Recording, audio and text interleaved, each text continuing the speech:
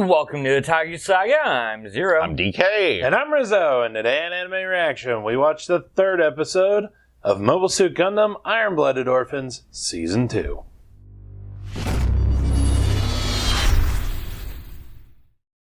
If you want to check out our reaction to the third episode of Mobile Suit Gundam Blooded Orphans Season 2, hit that link in the description below. And be sure to give us feedback in the comment section because we love hearing from you. And as always, if you like what you see, subscribe to Otaku Saga. And don't forget to like and share our videos. And thanks for watching. So, you may notice if you watch the reaction, we do a fair bit of bitching about the about the zero gravity scenes. Correction. You do a fair bit of bitching about the zero gravity scenes. Yeah. Nerd. Yes, I am a space nerd. I was attempting to make it dirty again, but he wouldn't let me. Nope. Not this time. Nope. But we did find out that the hairspray of the future is on point. And we want some. Point. Well, yeah, so there's like scenes where they do really, really well with the zero G, and then scenes where they do really, really poorly with the zero G. So like the scene with Eugene hooked into the ship, and he starts bleeding out of his nose because he's putting too much, I guess, brain power into it or whatever. Hand wavy, whatever with the. Yeah, I mean he only has so much brain power. Probably enough for body functions. Right. Anyway, that scene where like he's moving around and some of the blood comes off his face and it's floating around in zero G. And in perfect cool. Spherical drops. Yeah, cool, awesome. Mm-hmm. Let's see. There was a scene with one of the newer characters like carrying crates. Yeah, one of the Tekkanon gophers. Yeah, and he's carrying. Well, it's the guy who wanted to get the surgery in the last episode. Oh, okay. But he's carrying them as if he's like struggling under their weight, but they're clearly in zero gravity because the other guys who are carrying the boxes, they just left their boxes floating in midair while they looked out the window. So that was not. It seems very weird because like the ship in general, if you're on the surface, you're stuck to the surface and gravity works pretty well. But if you are off the surface in any way, shape, or form, yeah, I am a little confused about how these ships work sometimes. Because there's some points where they're definitely in gravity, like a lot of times when they're on the bridge. On the bridge. Oftentimes on the bridge, however, there's also zero G on the bridge. Oh, right. So it's like I said, you have to. It's like it's either or. It's not like the whole ship is either has a gravitational field or not. Yeah. Yeah, it's not consistent. Yeah. It's like a rule of cool of gravity. Yeah, but that's been a little part of science fiction for a long time. Because like there was one scene where Orga is sitting on a wall like this, looking out a window, and you could tell he's floating there, but at the same time he's not really floating there. And then what was the blonde girl's name? Maribit. Maribit. Orga's #1 fan. All the way back on the third page here. Oh my god. We have a list of like characters, and there's 4 pages of them in this series, which is a lot. It is a huge cast. Yeah, Maribit. My god, yeah, Maribit. So, in that same scene, in the same shot, Maribit is directly beside him, standing perfectly still on the ground. Now, the reason why this is a problem is because the human body, in order to stand, has to, balance itself properly. That balance, just that tiny little bump of your muscle would shoot you off into the ceiling. That's just how... Okay, not necessarily, but if you're in zero gravity, you're not even going to be attempting to be standing on the floor. Like, you're not going to be touching any of the walls if you can help it. Because the moment you touch something, you're going in the other direction. Like, I watched something on YouTube with an astronaut that was aboard the International Space Station, and she was able to stretch out a piece of hair and push it against the wall and push herself off in the other direction. One single strand of hair. But that's exactly what I was trying to say. Even if you could, like plant yourself on the floor, even That if you could, force would. just attempting to balance yourself on the floor would push you in the opposite direction. Yeah, any amount of force applied. If you touch the floor at all, let alone doing any balancing. Yeah. If you touch the floor at all, you're going in the other direction. Right. But the only thing I can think is maybe they have like magnetic shoes or something. Like, that's literally the only explanation that I have for that. But at the same time, it doesn't, that box that you were talking about doesn't make sense. Because that box, the guy was carrying it. Yeah, like literally like struggling Carrying under it the as weight of these as if he boxes. were in gravity. Yeah. And yet there was floating pieces In the same frame. in the background, when all he had to do, if it is magnets in the boots, is just like hold onto the corner and just push it. Well, yeah, I mean, that's the thing. Like, if you're actually moving crates in zero G, you wouldn't even really be touching them that much. Man, all you You need is a literally finger to control it. float them where you want them, and then just like push them, and occasionally like move them back down when they start going off in other directions that you don't want. So, I mean, I'm just saying. And then the bit with the hair, I don't really care about the hair because, again, it would make the characters look really weird if they did it like it's supposed to be done.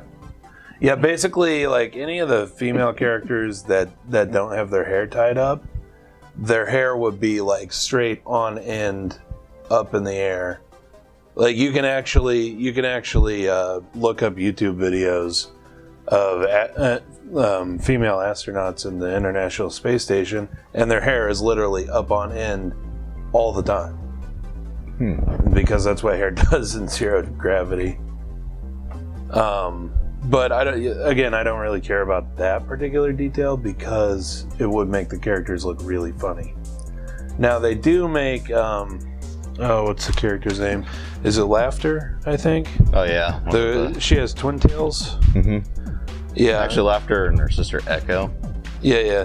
So the women that come from the turbines, from the turbines, Naze's harem. Yeah, from Naze's harem, they have longer hair, and it does show their hair floating when they're in zero G. So Sort I don't of. know, sort of, yeah. because at the same time, the way a Twin Tails style would be, I mean, it's not necessarily connected at the end of the tails. Yeah, it would. Well, first of all, it would be like standing straight up and then kind of all over the place. Yeah, it would look like It would look really funny. yeah. Anyway, now that Space Nerd 1 and Space Nerd 2 are done talking about Zero G. Oh, I'm not done. Oh, god damn it. So the scene that Zero was talking about with Orga like floating while he's talking to Maribit. If you looked at his clothes, he wears very loose clothes. So he wears two jackets, basically the green jacket, which he doesn't have his arms through the sleeves, and then he wears a suit jacket, and he has a tie. So the tie I don't have a problem with in that scene. He has his arms folded across his chest and it's holding it down. The green jacket does float somewhat, like the arms are up instead of down by his side when he's in gravity. But his other jacket doesn't float at all. Like, it doesn't come up away from his body at all. But it's the little suit things. jacket. Yeah, the suit jacket. My problem is how is a flight jacket still attached to his fucking back? There's that. That's not how this works. That's not how any of this works. Literally, that jacket would be just floating, just floating off. Yeah. Like the hair. No, like it would be gone, like off of his body, Yeah. floating away because it's not attached by anything. He doesn't have any arms through the sleeves or anything like that. Interesting fact, they have to specifically design a suit to have sex in space. They have yet to figure this out. Because Pretty much. that's how like odd zero G works. Sex in space is currently impossible because of how zero G works. Strange but true fact. Now I can do it. Okay, now let's get to the actual episode. I repeat to myself, it's just a show. I should really just relax. Hey, when you get the small details right, When you get the small details right, or when you make the small details extremely passable, it's a much better product. Fair enough, but to be honest, the meat of this episode was pretty damn awesome regardless. Oh yeah. That battle. Oh my god. well, I mean, technically, if we want to get into orbital mechanics, Bye. Yeah, that's it. No. I have a feeling they're not going to watch this show with me anymore. Not like we have a choice. Ouch. Well, okay. We are space nerds. We love space.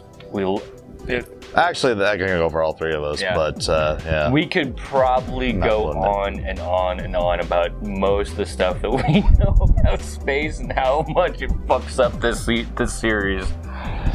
But I also like sci-fi, and sci-fi is generally unrealistic about space. Well, So you I'm think it's in willing the genre tile, science fiction. Well, there's certain levels of Science-based fiction. yeah. If you're going to Well- base your fiction off science, Okay, I mean, there's science fiction like Star Wars or Star Trek, and then there's science fiction like The Martian, which is almost completely factual. Usually Gundam is in the latter category. Very much so, yes. But see, I can enjoy series that aren't very realistic,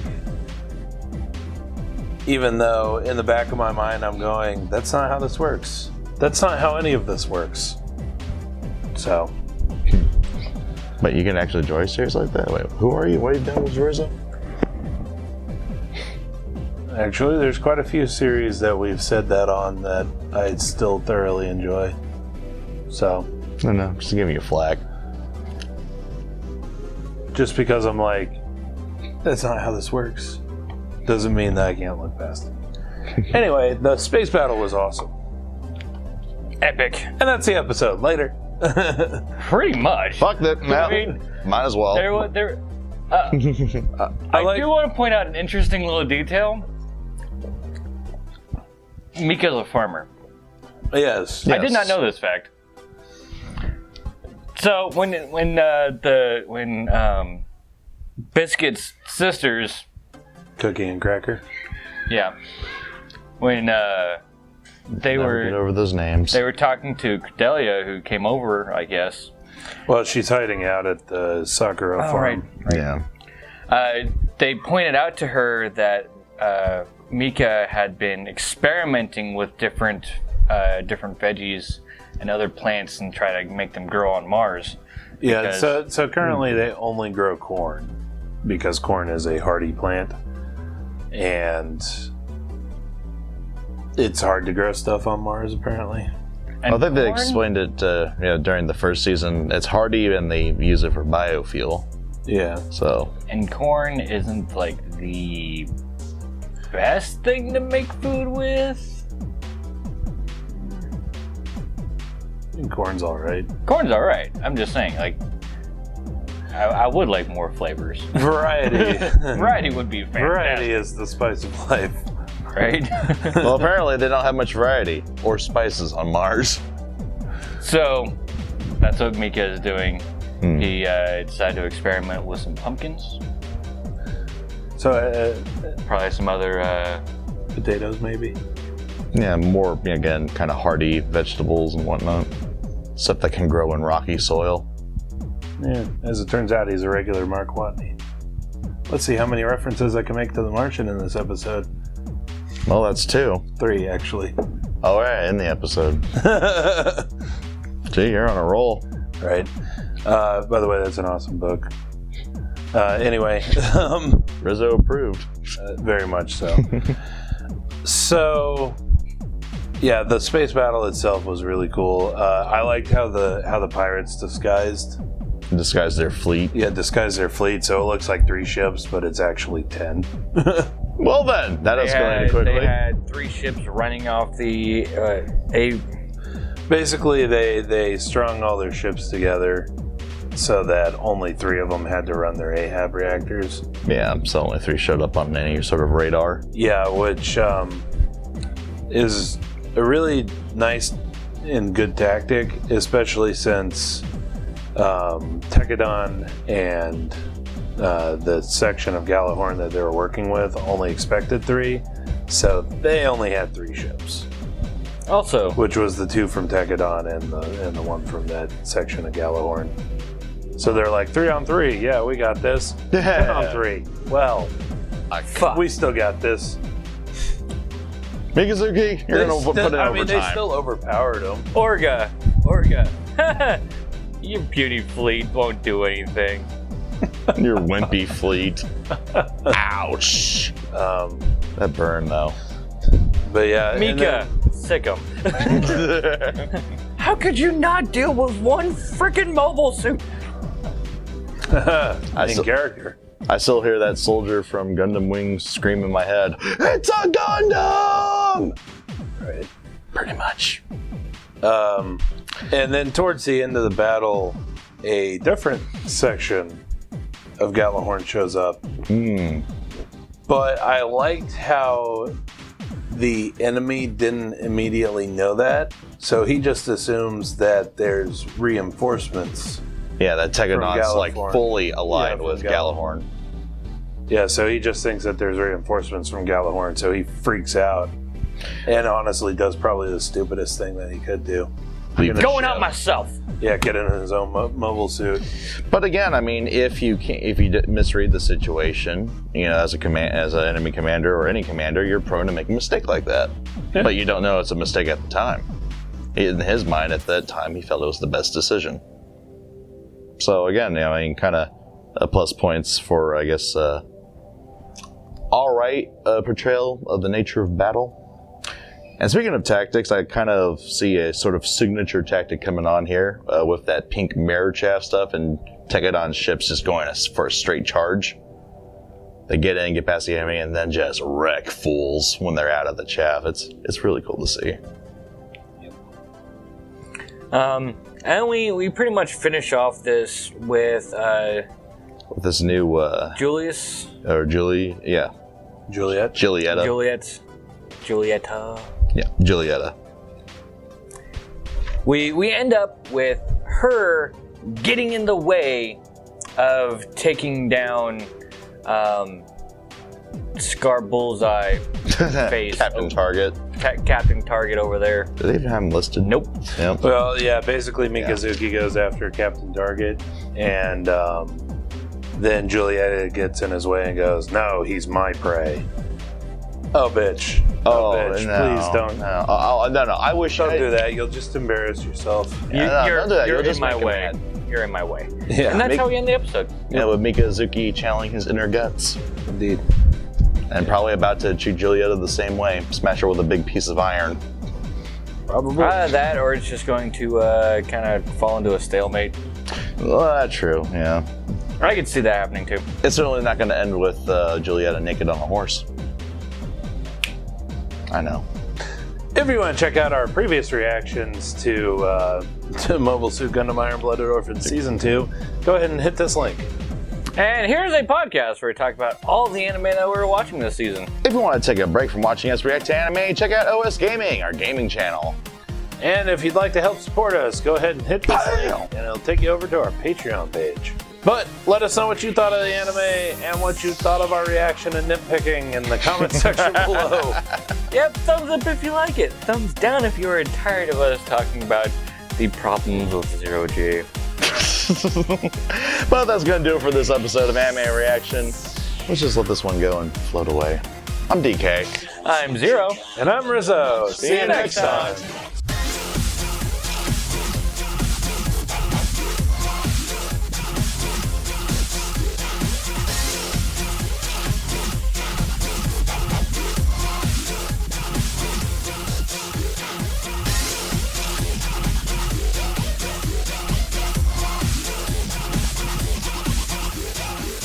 The problems with soft science fiction. Shut the fuck up! Yeah, it worked.